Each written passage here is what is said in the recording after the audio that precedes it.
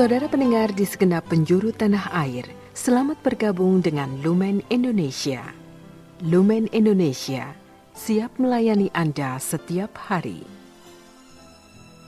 Saudara terkasih, marilah kita bersatu dalam Tuhan kita Yesus Kristus yang tidak berubah dahulu, sekarang, dan selama-lamanya.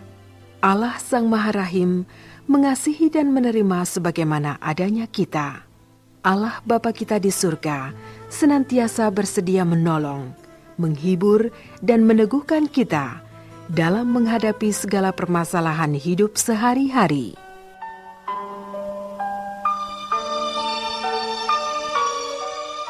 Saudara-saudari, marilah kita mendengarkan renungan dengan judul Yesus dan Beelzebul.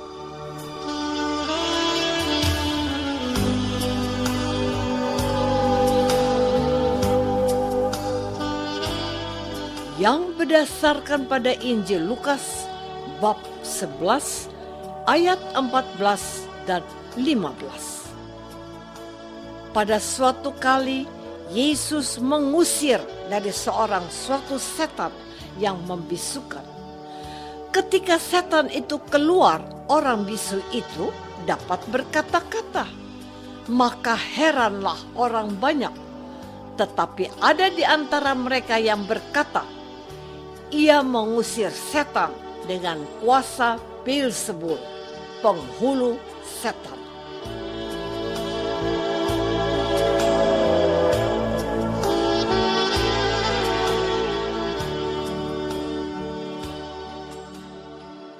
Dalam nama Bapa dan Putra dan Roh Kudus. Amin. Saudara-saudari terkasih dalam nama Tuhan Yesus Kristus. Dalam kehidupan kita sehari-hari, kita berkomunikasi dengan banyak orang. Ada aksi dan ada reaksi. Dan terjadilah interaksi di antara orang-orang yang sedang berada di suatu tempat.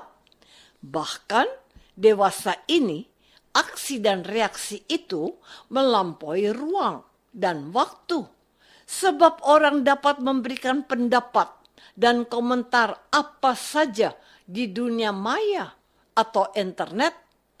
Ada orang yang suka, tetapi juga ada pula yang tidak suka.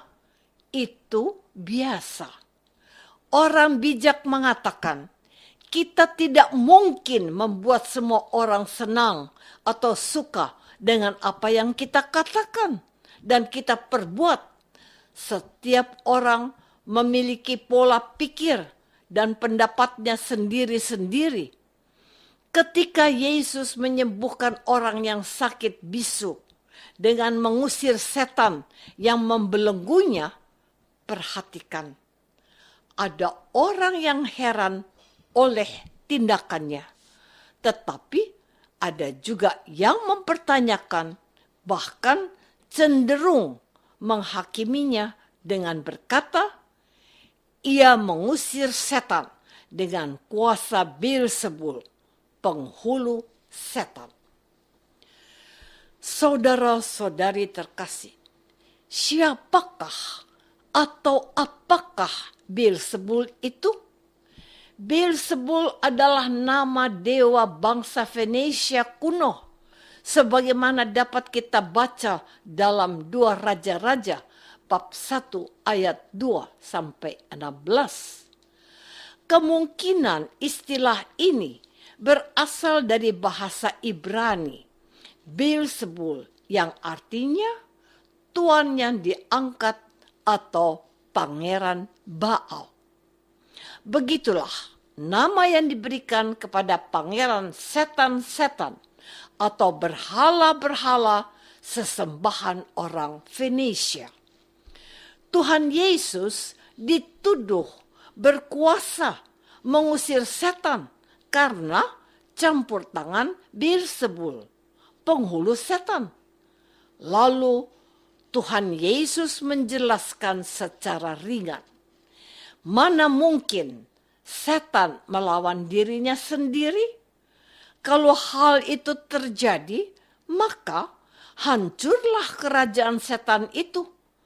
Lalu Yesus memastikan bahwa apa yang dibuatnya dikerjakannya dengan kuasa Allah.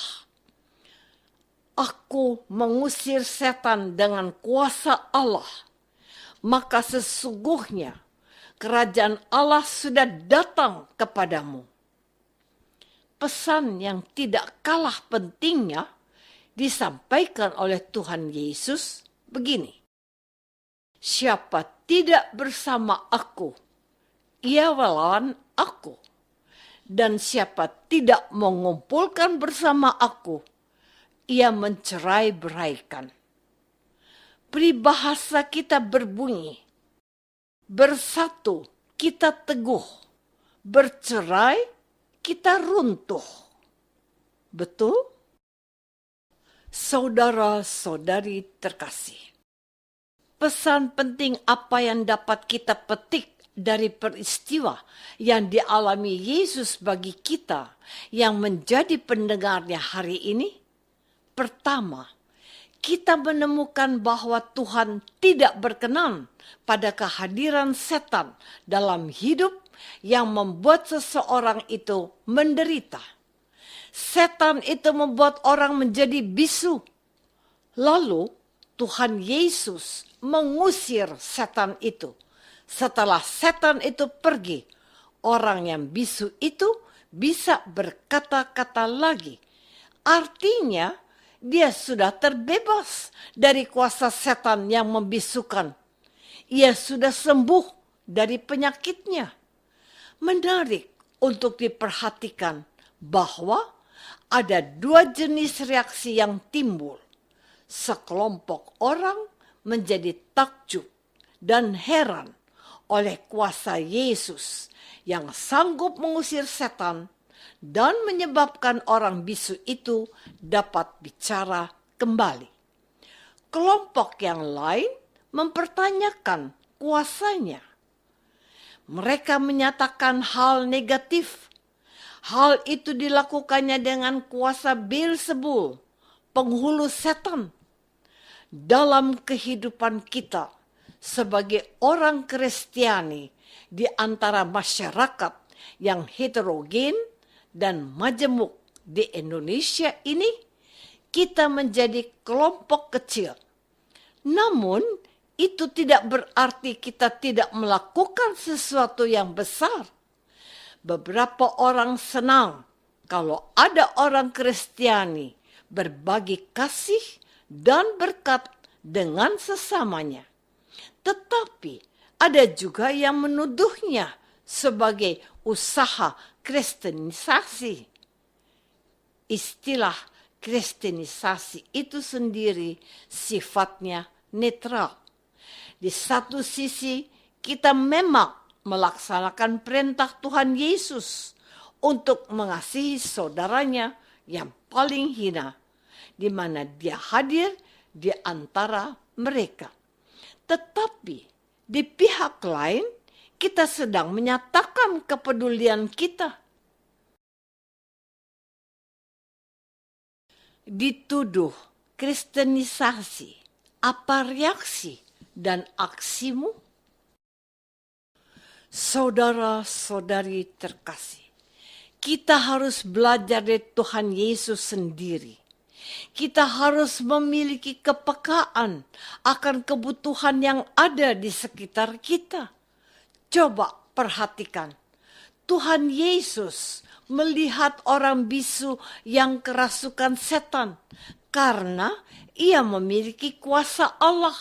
Maka ia membantu orang itu dengan mengusir setan yang menguasainya. Tindakan itu membuat orang itu bisa bicara. Bukankah Tuhan Yesus membuat orang itu bahagia dan bisa bicara lagi? Ada orang yang keberatan. Itu biasa. Sebagai orang Katolik, kita diingatkan untuk memiliki kepekaan dan kepedulian akan keadaan yang ada di sekitar kita. Kalau kita bisa melakukan sesuatu yang membuat orang bahagia, mengapa kita tidak melakukannya? Kita harus berbuat baik untuk bisa membuat orang lain bahagia. Janganlah gentar atau kendur berbuat baik kalau dituduh yang bukan-bukan. Berbuat baik itu adalah panggilan Tuhan Yesus sendiri yang kita lakukan untuk sesama kita yang membutuhkan cinta kita itu. Sesungguhnya kita melakukannya untuk Tuhan sendiri. Segala sesuatu yang kamu lakukan untuk saudaraku yang paling hina ini, kamu telah melakukannya untuk aku. Sabda Tuhan.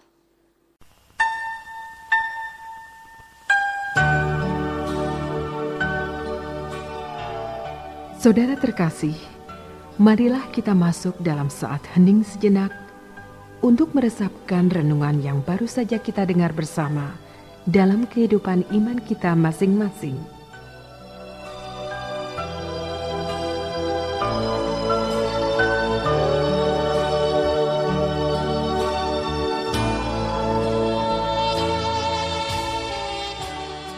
Apakah aku terus saja berbuat baik untuk sesamaku sekalipun dituduh kristenisasi?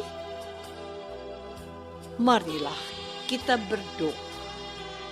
Bapa yang maha baik, berilah kami hati yang mengasihi seperti Yesus, yang peduli akan penderitaan sesama kami. Bantulah kami untuk menghadirkan kerajaan Allah dengan berbuat baik seperti Yesus Kristus Tuhan dan pengantara kami. Amin. Semoga kita semua selalu dinaungi dan dibimbing oleh berkat Allah yang Maha Kuasa. Dalam nama Bapa dan Putra dan Roh Kudus. Amin.